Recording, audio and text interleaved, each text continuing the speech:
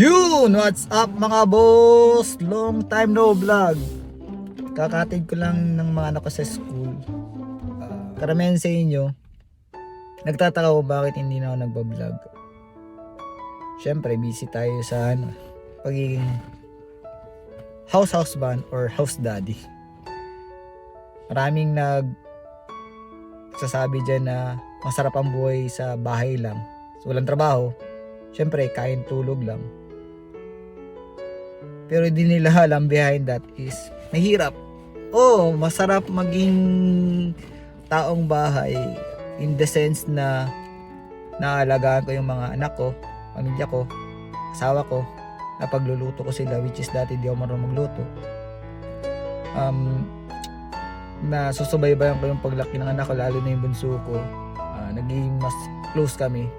Na susubaybayan ko yung mga milestone nila sa school nila, and then nagagay ko sila sa mga lesson nila, lalo na yung panganay ko, which is nag-excel ngayon sa school nila ngayon, lalo na sa math. Pero kahit gaano ka saya na napansin mo, kasi parati kaming gumagala, pero behind that may something kulang sa akin. Kasi may incident na may hiningi sa akin yung mga anak ko. What? Which is hindi ko kayang ibigay. Kasi syempre wala tayong trabaho. Hindi tulad dyan sa Pinas, at least meron akong income, magandang income din. Syempre may stable job tayo. Dito meron naman ako, siyempre binigyan naman ako ni Mrs. ng card pang gastos. Ayoko naman gagamitin yun para sa mga bata, di ba? Pera niya yun eh. Sabihin natin na binigay sa akin, pero ayoko naman gagastusin yung mga pinaghirapan niya. Kaya yun, minsan nagsa-sideline ako na nag-iipon ako dito ng mga plastic bottles, cans, nabebenta mo yun sa dito sa Amerika. So nako-convert to money. So yun, nabibigay ko yung mga ibang maliliit na bagay lang na hinihingi sa akin, lalo yung bunso ko, which is masaya naman. Kaso lang may mga hinihingi kasi sila na hindi ko kayang ibigay, which is yun ang masakit sa part. Yun ang masakit sa part sa akin, kasi syempre as tatay, di ba, ayokong maranas nila yung mga napagdaan ako dati. Kaya as much as possible, ayokong maranasan ng anak ko yun. Kung ano kaya ko ibigay ko para sa kanila. Kaya yun, parang nagbigay sa akin ng sign yun para ipatuloy ko yung career ko dito sa US. So I decided na mag-apply ako for NCLEX exam dito sa US, which is sinuporta naman ako ng asawa ko, which is yun ang good thing. Yan, it took almost sobra 6 months bago ako nakakuha ng attention to test.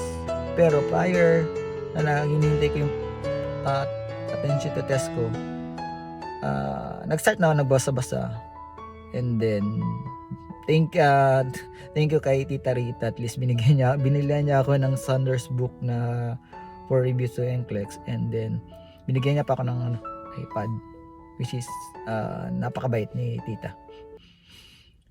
Ayun, after ng mga ilang months na receive ko yung ATT ko, and sobrang excited na feeling ko ready na ako. Syempre overconfident ako that time.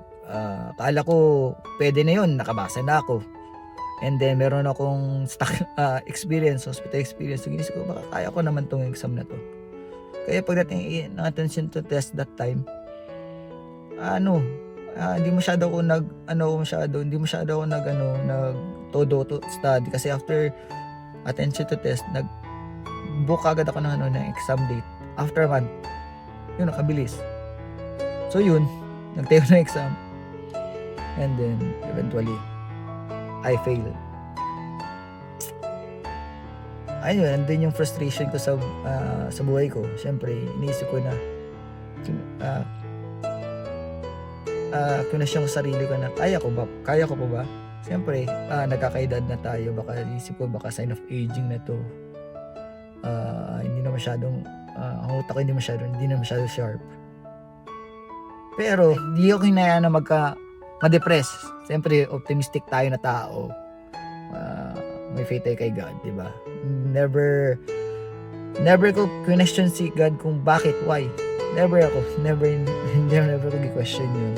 Ang kinquestion ko sarili ko, ano ba yung mga bagay na ginawa ko na mali? Yun, na overconfident ako, na feeling ko kaya ko. Kulang ba ako sa pag-study? Kinulang ba ako? Yung mga ganong bagay-bagay. Kaya yun, imbis na ma-down ako, nakikita ko yung natutulog ng mga anak ko. Sinabi ko sa sarili ko na, hindi, kailangan ko ipasa to para sa mga anak ko at para sa asawa ko. Kasi nakikita ko yung pagod niya, yung puyat niya sa katrabaho na ako, wala akong magawa. Kaya ko na may pagsabay yung pagiging house daddy at pag-work. Sabi ko, kaya ko to para sa mga anak ko. Kaya yan, kinausap ko yung asawa ko ulit. Take ako ulit this time. Isusorbol ko na. Kaya yun, buti na lang meron akong supportive na asawa. Salamat, mami. Kasi pinayagan niya ulit mag-take, and imagine, hindi niya ako pina-apply ng trabaho. Kahit sabi natin nahihirapan na siya sa trabaho niya, hindi niya ako pina-apply trabaho. Pina-focus niya ako sa pag-study, which is good thing yun.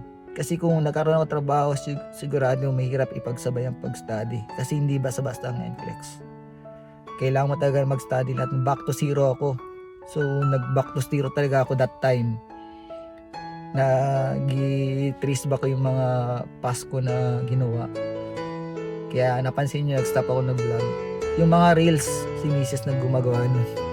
For a sake lang, meron kami mga pusa ng page namin. And then, yung nag-iisa kong game sa cellphone na Mobile Legend, dinilit ko. Kasi napansin ko na nagiging disturbo sa akin. Kasi tuwing mag-study ako, sinisingit kong lumaro. So sabi ko this time, magsasacrifice ako na dinilit ko. Yun, nag-study ako mostly every day. Nagte-take down notes ako, which is hindi ko ginagawa dati kasi tinatamad ako. Pero yun, dumating sa point na yun, ito, this is the exam date. It's the day. Well, magte-take ako ngayon ng board exam, NCLEX. Umaga na ngayon, alas 8, and then lapit naman dito ang testing center. I think mga 5 to 7 minutes away sa amin. Kaya tara, samahan niyo ako. So, mga boss, dito muna tayo sa nagdaan muna ako sa store, convenience store sa gas station. Kasi bibili lang ako ng lozenges. Nakangati yung lalamunan. Na kapag sa exam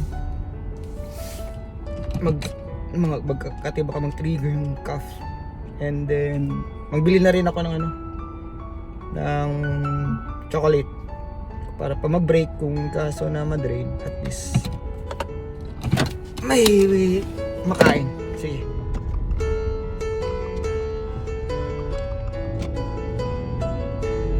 Yun mga boss, kakatapos lang natin mag-exam. Dito lang ako sa bahay ngayon. 3 hours din, mga almost 3 hours ako natapos ng exam. And then yun, lapit na ako nawala sa passing kanina sa exam. Kasi yung supposed to be a minimum kasi is 85 items. Pag number 85 usually pa nag-shutdown, ibig sabihin malaki ang chance na papasa ka na. Kasi usually yung pinaka-minimum kumbaga yun. So yung pag number 85 hindi nag-stop. So malapit na naman ako na wala concentration ko. Buti na lang napakalma ko sarili ko, and then straight say ko pagdating ng 90, yun, feeling ko taga pahirap na yung tanong eh. And then pagdating ng number 95, sakto ang bow tie, type ng exam yun sa bagong type ng exam yun sir, sa NCLEX na yung bow tie. Lakas na pakiramdam ko that time na ano, after ng ano yun, magsha-shutdown na talaga yun kasi previously number 90 is ano yun eh, puro mga prioritization ng mga tanong eh. Yun sakto, nag-take time talaga ako doon kasi alam ko talaga mag-shutdown yun kasi ano, laki yung feeling ko. Yun lang, mahirap kasi apat na disease sa pagpipilian doon eh. And then natuturn ako doon sa dalawang disease. So sana tama kasi either nag-shutdown yun kasi either marami na ako mali or either marami na akong tama kaya nag-shutdown sa 95. Dahil lang sa dalawa sa 50-50. Hindi ko masasabi kasi hindi ko sure yung sagot ko sa ano. Kasi yung last question is bow tie. Kung from sack reading yung mga mahirap na tanong, puro ano ko, may tendency na bumagsak. Pero kung medyo tama rin sinagot ko, so nag-shutdown, ibig sabihin, sana in God's time, in God's plan, siyempre, alangan, pray lang tayo kay Lord. Wala tayong magawa, kung ano man result, tanggapin. Kaya sige. Yun. Thank God. Binigay na sa akin ni Lord. Sabi ko na nga ba, everything has a reason. Baka dati daw pinasa ni Lord kasi hindi pa nag-aaral yung anak ko. Kailangan pa nila ako dito sa bahay na matutukan ko sila. And then nahirapan na si Mrs. Pagod na. Ayoko nakikita napapagod ng asawa ko. Thank you talaga sa lahat-lahat. Thank you kay Lord. And then thank you rin sa family ko, sa family ni Mrs. na walang sawang mag-pray sa akin. Siyempre, alam naman natin prayer is the most powerful tool sa buhay natin. Never lose hope kay God. Everything has a reason. Everything works in a perfect time of God. Yan talaga. Kaya yun, balik vlog naman tayo mga boss. So, sensya na sa mga hindi ko na nasasagot sa YouTube. So, try ko ngayon, balik tayo ngayon. Kung pang may mga questions, comment down below na lang. And then, baka gagawa ko ng mga videos na mga kung paanong study habit ko that time para at least mabigay sa mga ibang nahihirapan din na katulad ko na may edad na walang time sa pag-study. Kaya yun. Salamat mga boss! See you!